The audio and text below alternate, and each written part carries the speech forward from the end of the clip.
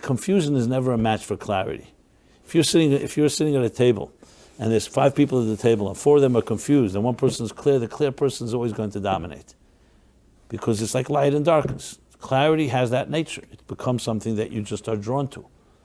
You see clarity, and clarity means having a clear vision of what is important, what's a priority. You'll ever hear any people give good advice are always people who know how to achieve clarity.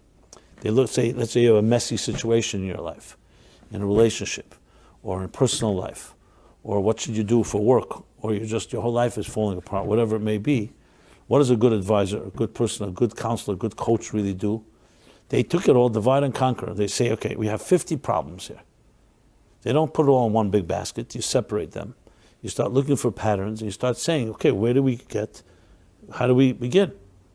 What's most overwhelming is when you have all these things and you say, I don't even know where to start. My whole life is entangled. But how do you untangle something? You don't untangle it all in one shot. You find the areas, let's say wires or thread or a ball of yarn. You untangle the things that are easier to untangle. You isolate the areas that are harder to untangle, and that's how you begin. So clarity is not achieved like overnight in one sweep, one fell swoop.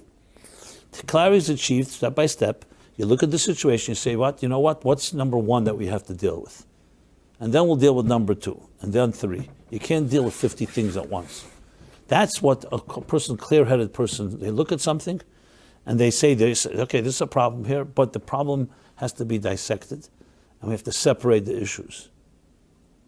It's like, God forbid, somebody comes into an emergency room and they're bleeding. So the first thing doctors have to do is stop the bleeding. They have to identify where's it coming from. If you're just going to try to operate or do something, you may completely create more problems. So first thing, you need to stop the bleeding and say, okay, let's identify what are the issues we're dealing with. 1 issue, 2 issues, 3 issues, maybe it's just 1. Maybe it's just collateral damage.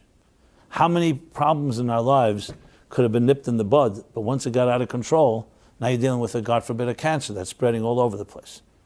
Like any destructive situation, never begin. No one gets lost in the woods in a minute.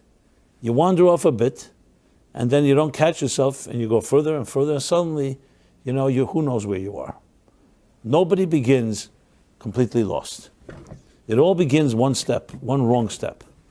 Many of us don't want to deal with that one wrong step. Either we minimize it, or we ignore it, or we think we underestimate it.